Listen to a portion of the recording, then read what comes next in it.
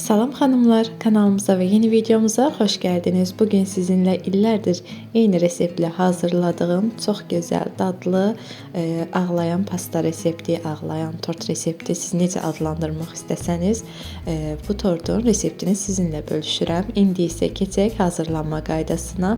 Yumurta və şəkər əriyənə qədər mikserlə bu formada qarışdırıram. Daha sonra vanil, kabartma, un və kakaonu ələkdən keçirdərək altdan üstə doğru silikon qaşıq vasitəsilə qarışdırıram ki, köpüğü yatmasın.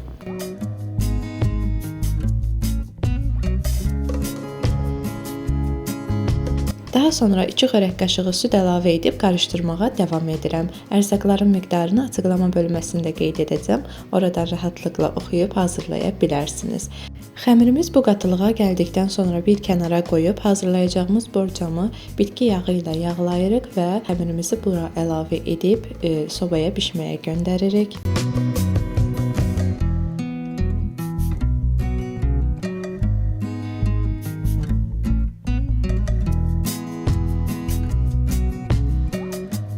İndi isə keçək glazurunu hazırlamağa. Qazana şəkər tozu, un, kakao və süd əlavə edib topak qalmayacaq formada tez-tez qarışdırırıq və orta ateşdə qarışdıra-qarışdıra qatılaşana qədər bişiririk.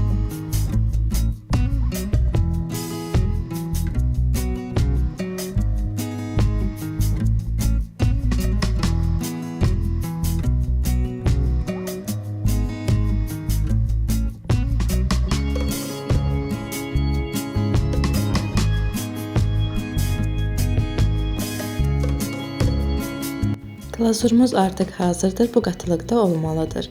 Biskvitimiz bişib soyduqdan sonra bu formada çöp şiş, bıçaq və ya çəngəl vasitəsilə deşiklər açırıq. 1 stəkan yarım süd vasitəsilə biskvitimizi ısladırıq.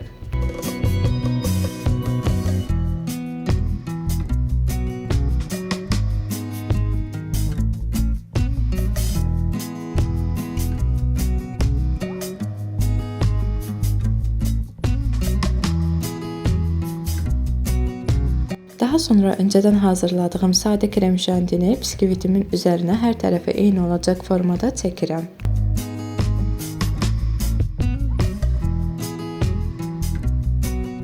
Şantini biskvitin hər tərəfinə çəkdikdən sonra şokolad glazurumuzu bura əlavə edirik.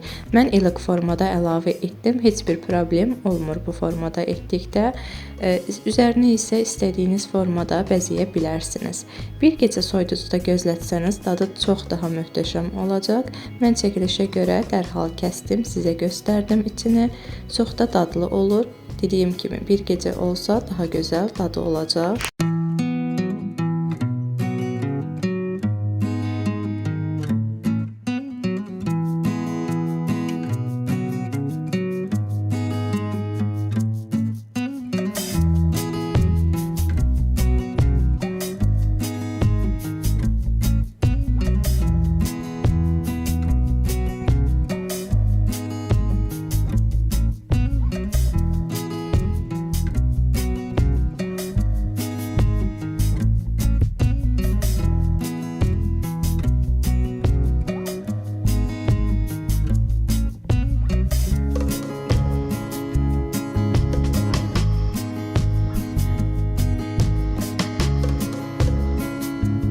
Hazırlayan hər kəsə nuş olsun. Yeni reseptlərdən xəbərdar olmaq üçün videomuza abunə olmağı, bildirişləri açmağı və fikirlərinizi bizimlə bölüşməyi unutmayın. Hələlik.